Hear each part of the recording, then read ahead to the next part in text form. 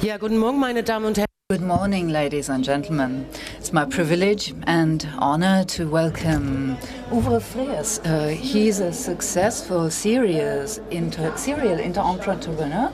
He's a very sharp mind, and he has exemplary time management, and he's very charming and emotive. In 2008, we met in a very exciting situation. Back then, Uwe left a very impressive left a big impression on the audience. I'm sure he will follow that tall order again this year. So, Uwe, the floor is yours.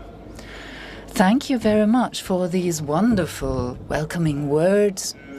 And back 10 years ago, when I was at the ITB, I was here on stage, and on day 2 of the trade fair, a young man approached me and said, "Hi, I'm Wolfi, and I would like to provide you with the world's best airline or air flight search engine on my website because I just finished programming it." And I said, "Well, actually, I'm not really into air flight search engines," but Wolfi was undeterred. He opened his laptop, and within just 3 minutes, he showed me a brand new product. And after these 3 minutes, I was over the moon. It was a super fast product. It was smart and generated a lot of value added, and I was perfectly clear right from the word go that you could really earn a buck with that product. And this is how the story went. Wolfgang Heyer, he set up Swoodoo. He got a 10 million funding by Telecom. 3 years later, he sold to Kayak, and 5 years down the road, with the IPO of Kayak, he got some icing on the cake on top of that. So Wolfi really catapulted himself into the Champions League of the startup. So it's quite a good example. So we're talking about a market into which Wolfi ventured, which is a growth market. Let's have a look at the global tourism figures, 1.2 billion revenues. And Germany is real heavyweight with 86 billion euros.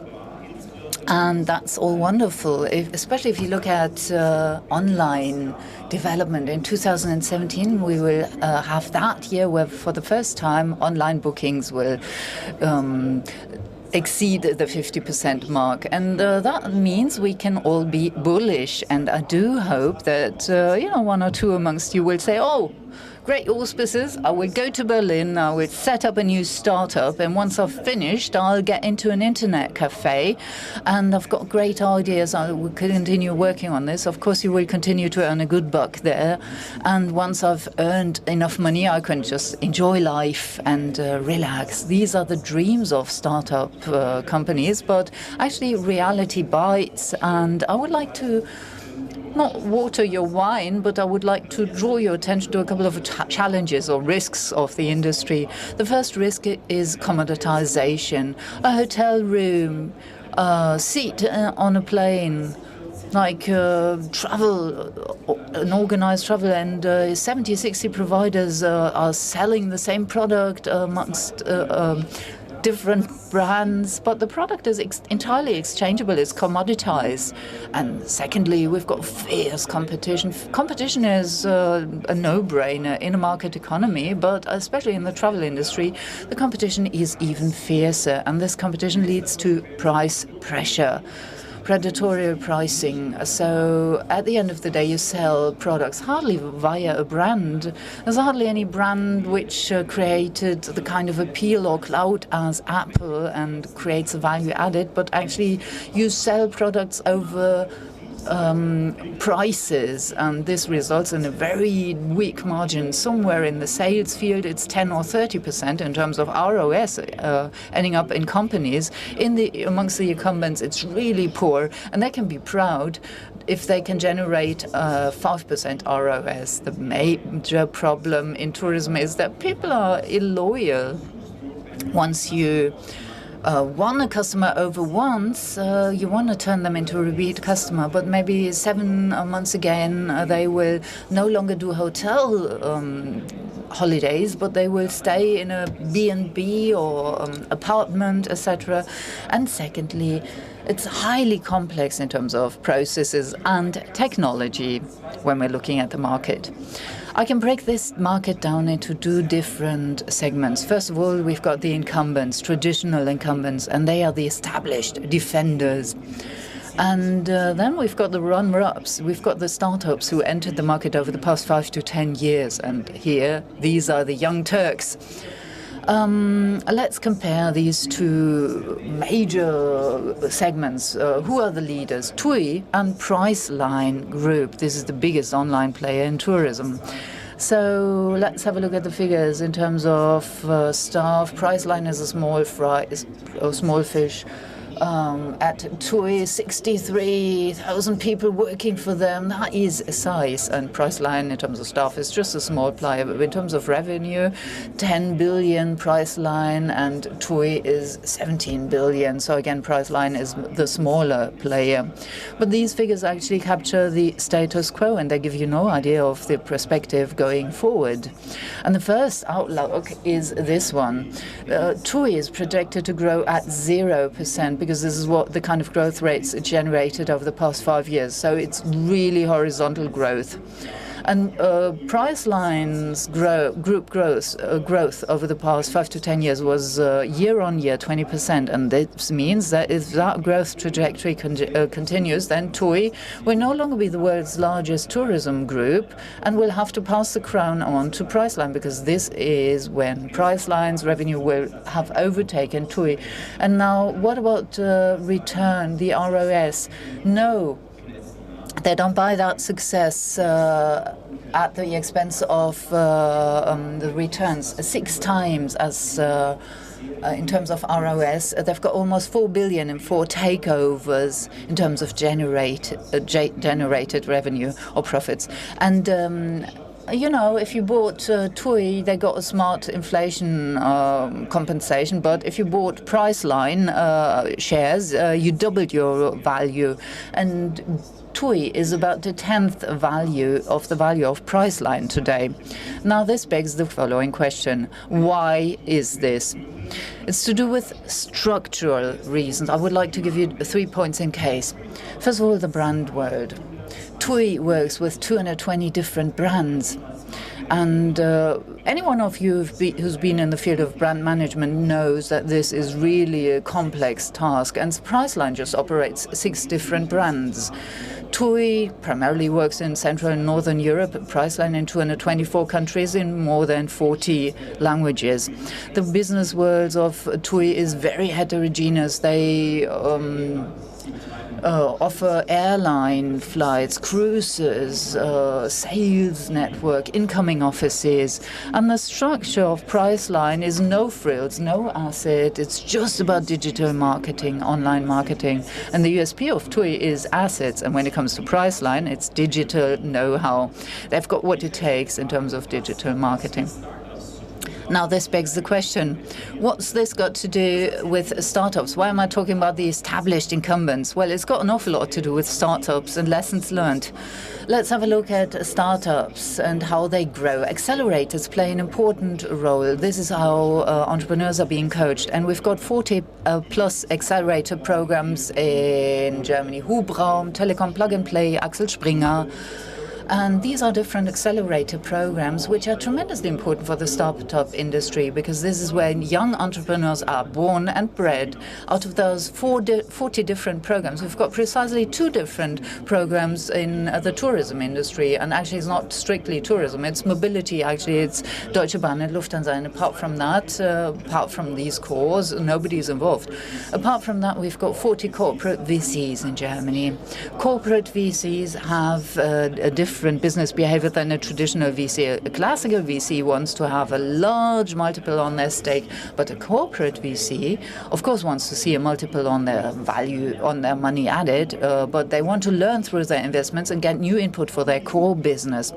Out of those 40 corporate VCs, we've got precisely 1 in the tourism industry. This is Deutsche Bahn, and they, up to now, are not really in this field. They just announced they want to venture in that field. And now this brings us to the the take-home message. We had 60 exits in Germany last year in a triple-digit million area.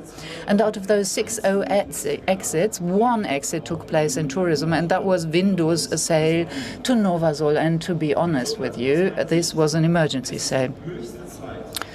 So it's high time, it's high noon. The incumbents need to leave the comfort zone. They need to wake up. It's a wake-up call. And the incumbents need to take digitization seriously. It's high time to invest into startups. And we actually need to instill know-how into the groups from those lessons learned. Okay, the young Turks, that's good news. And this is exactly where we want to be. And it's easier to grow in that segment. But actually, there are a couple of challenges also for the young incumbent, for the young newcomers. Let's have a look at the challenges. Priceline, for instance, 25 ROS and 20% growth, 4 billion for the takeovers and investments in terms of booking Germany and Switzerland, 50% market share. What is this? Well, this is platform economy. Somebody took VC capital and built up an infrastructure which, in terms of the initial investment, comes at a high price in terms of fixed cost and initial cost, but doesn't create any marginal cost for any further additional booking. So once you've recouped or exceeded your fixed cost, they've got a marginal revenue which is tremendously high, and this platform economy creates extreme returns, generates extreme cash. That means the funds for takeovers grows. $75 million is what Google has available, and they can buy any competitor in the market, any potential competitor in the market. And we've got market entry barriers. First of all, people try to overcome this through aggressive marketing, and by taking over new innovation, you get market concentration, oligopolies to begin with, and in the long run, monopolies, and the winner takes it all. That is the long-term perspective. Okay, that was the market. Now let's have a look at the startup world. Have a look at the couple of exits and why some exits were better than others. First of all, let's have a look at the international exits. The picture postcard boy was Trivago for the best exit. It was set up in 2005 as a travel community. Within 12 months, it piloted and became a meta searcher. And they executed this very successfully. In 2012, they had a partial exit to Expedia, more than 600 million. And back in December last year, they had an IPO at the Nasdaq. And Trivago will be the first German online company which will be able to generate 1 billion revenue in 2017 for the first time ever. So it's really a success story. We already spoke about Swoodoo a minute ago. Now let's jointly analyze what the winning or what the drivers for success were. First point. They offer a very clear, transparent benefit for a very clear target group. So the model makes perfect sense, and you don't need to explain this. And everybody says, well, this is cool, bingo, this is what I need. It makes my life easier. And secondly, they entered the game very early with international investors. This is big money, but it's also big how? Because it's actually people who have actually got what it takes in order to roll this topic out globally, and who can provide support and proof of concept very early in the core market. They ensured monetarization. So proof of concept was provided very early. They showed that they can generate sustainable revenue, and then they monetarize this with international investor money globally. And this worked in both cases successfully. Now let's have a look at national success story, slightly smaller level. Who did a national exit? Two companies, Holiday Check to Burda, and then Focus, and the Hotel.de 2011 HRS Group. So what was it that they did well? Well, value added was very clear. Hotel reviews helped me to take a better decision in terms of hotel overnight stays, and hotel is a good OTA. And they didn't make it in terms of international investors. It was national investors. Holiday Check was excellent in the first 12 months. The other one was okay, but they completely failed in terms of internationalization. Both tried it and both failed. And this is exactly the reason why this exit took place at a clearly smaller order of magnitude, like compared to Swoodoo and Trivago. And what about the national players beneath a ticket size of 20 million euros? They either focused on a niche in the market, or they focused on a niche in the target group, or they sold B2B. So what was the key points here? They were not catering to the mass market. I already mentioned it, niche market. International investor didn't work apart from Just Book. Nobody made it. It was national investors. Proof of concept monetization, yes, some were more successful than others. Some were sold, although monetization wasn't working. And internationalization, out of those 7 players who were on that chart a minute ago, only New Trip is an international player. Apart from that, the other 6 players are national business. Now let's have a look at the crystal ball. The startups who are currently in the game in the German travel industry, let's break them down into different segments. Proven winners. I didn't coin that term. 3 colleagues coined this, the colleagues from Zamba. And Go Euro, this is the most important one as far as I'm concerned. That's a comparison of different modes of transport located in Berlin, 137 million euros funding. However, they've got a problem, and you shouldn't underestimate that problem, and that is a search engine from the US, Google Maps. So it's a bet, but it's also a big investment.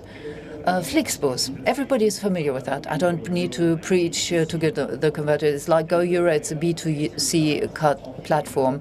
And then the third player, Get Your Guide, a B2C platform, booking platform for tours and activities. Very smart solution, very good mobile business, very good entrepreneurs on board. Fourth example, Dreamlines, portal business, platform business, B2C again. Dreamlines. They provided a very smart solution for cruise booking, so very solid and very significant funding in terms of 70 million. Home to go. Actually, it's noteworthy because somebody rang me in Berlin and said, Uwe, I need to show you something. And by the way, that's Wolfgang Heide.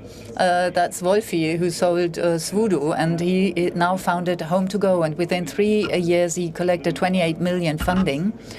And I think it could fly again. And then, actually, we were slightly too fast with the charts here. And then we've got Trust You. Trust You is actually, been around for quite a lot of time. It didn't collect an awful lot of funding. It's the only B2B player in this list, but Trust You has been profitable long since, and I think sooner or later they will generate an excellent exit because they've got very sound data and they executed globally. And the best example, Urlaubspiraten, from the cash flow without any outside funding as a family business, quote unquote, 200 million euros booking revenues last year. Wonderful success story. And whenever the guys get fed up and whenever they want to sell, I do think there will be a lot of options available to them. But, proven winners, lessons learned. First of all, where are these proven winners active? So all of these startups have been around for 5 to 10 years. They are marketplaces. So they are booking platforms or brokering platforms, and they provide solutions in the mobility sector, but lots of platform solutions. Target group, mainly B2C, and the technology behind this is just run-of-the-mill internet technology, booking technology, meta-search technology. So no rocket science, nothing that's been called the next big thing for the past 2 years. So no rocket science. Now let's have a look at the young ones, the emerging stars. They are the ones who have been around for 2 to 5 years. Partly they've got sound funding, some of them more successful than others, but they haven't really shown that they've got what it takes in order to be a relevant market player. Snapshot. Actually, this is Google Analytics for hotels. All the data which is generated in the online world for a hotel is summarized on a screen via lots of different interfaces. It's a B2B product, and with a funding level of 28 million, it's got excellent international funding structure. I think it's a good product. Door to door, that's the second product. It's a very hyped startup in Berlin. They offer mobility solutions, urban technology, mobility solutions. Maximum Obi is a very active founder. He got Angela Merkel in his office, so big Scoop, they're really in the Bundesliga. They started with B2B, but in terms of sales, I think it's B2C now. Distribution, they generate a GBS for buses, i.e., how can you standardize the booking process for booking in any country, in any city, 8 million funding internationally. Konichi. Konichi is an app and makes life easier for you when you want to check into a hotel. It's a beacon technology. So actually this is, a hot issue, slightly more futuristic. Initially it was B2C. Right now I think it makes life easier for business travelers. And this is why the marketing has switched to B2B. And Konichi got funding from HRS. And it's the only exception to the rule. They didn't get a VC on board, but they got a strategist on board who potentially may be interested in a complete takeover of the company, because I could very well imagine that a Booking.com Priceline doesn't want to buy from HRS. SweetPad, again, a B2B solution. It's about guest communication in hotels. 4 million funding, international player. My Hotel Shop, again, B2B. It's a marketing tool for hotels in order to kickstart direct sales. And Voyo is the only one who actually uses this hipster technology. They use chatbots and try to simplify business travels with this technology, more than 1 million funding.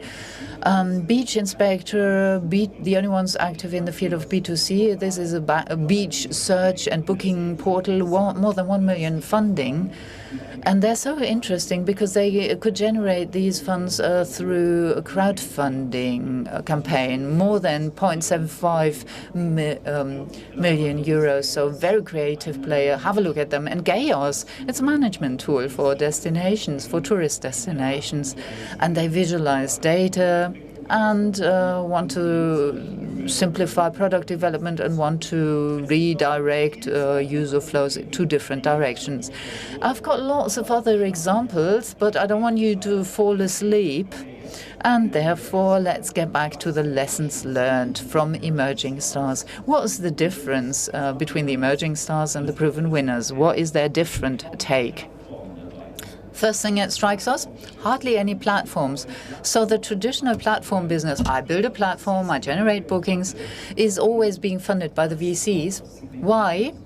Because there's hardly any segments where platforms can have global scalability. The second thing is, this is why mobility is always high on the agenda. Data, how can I analyze them? How can I visualize it? And guest relation, how can I optimize the on-the-spot experience in order to drive revenue at that point? The target group, in terms of funding, tends to be primarily B2B. 10 years ago, it was mainly funding in the field of B2C.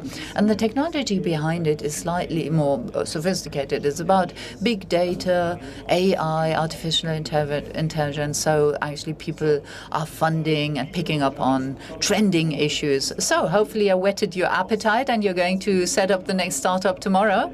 So lessons learned. So let me share 2 lessons learned from my own experience of the past years. In terms of the idea, it's very important to come up with a vision and mission statement for this idea. And that idea or vision needs to be very transparent, needs to be very clear about the value added, and it needs to be targeted to a sufficiently large market. Don't focus on niches. And the solution needs to be monetized. And scalability, economically viable, scalability in terms of technological know-how. But if you address B2C, it also needs to be scalable through paid marketing. If that doesn't work, your product's not going to fly. And the second must-have is skills. What are the skills you need? If you set up a company you need to come up with at least two of these skills. First of all, online marketing. I think this is a must-have. It's a no-brainer. I think one of the things that's most underestimated from my point of view is talent finding. How do I get the right minds on board? How can I get the best minds, above average minds on board? How can I motivate them? And that's really the be-all and end-all of any company. And last but not least, stakeholder entertainment. I think part of the job of an entrepreneur is to keep stakeholders happy, because they are the investors who invested a lot of money. They want to have wonderful figures. They want to advise you, and you need to enjoy that. Funding. We spoke a lot about the sources of funding. I think the most important point when it comes to funding, once you've completed your first angel round and when you get your hands on money, you need to think about a cheeky, a brazen vision. So it's better to ask for 3 times more than not to ask for enough. First of all, you will make mistakes and you will need the money. And if you can't make it and can't convince somebody to give you lots of money for that idea at that point in time, then I think you've got the wrong product. Last but not least, network. Tourism is a wonderful industry. We will have lots of partying going on tonight, and this is why my biggest recommendation to you is create a network. Angels, Christian Sala, Wolfgang Heigl, Michael Bühler, VDR. Well, these are the guys you need to meet. And last but not least, create networks in the association. Go to the association events. It's great to have a pot of beer and chat with people at these association events. Last but not least, execution. Well, it's pretty straightforward. You just need to focus. And actually, that is really where the proof of the pudding is in the eating. So cut all the frills and just focus on the plain vanilla. Cut anything that's not a revenue driver. To begin with, you've got a plethora of ideas, but it's not really the ideas that matter. What really matters is the driver of revenue for my company. And there were too many people who have had lots of balls in the air. But no, you need to focus. You need to prioritize. You need to correct mistakes. Anybody makes mistakes. But the thing is, how long does it take you to correct that mistake and to shift tack? And last but not least, think out of the box. Be radical as a thinker. Last but not least, if I've been able to convince tourism guys to switch their minds to digital, if I've convinced somebody to set up a startup, then I've met my mission and vision statement. At this point, thank you very much for your kind attention and enjoy the rest of the ITB.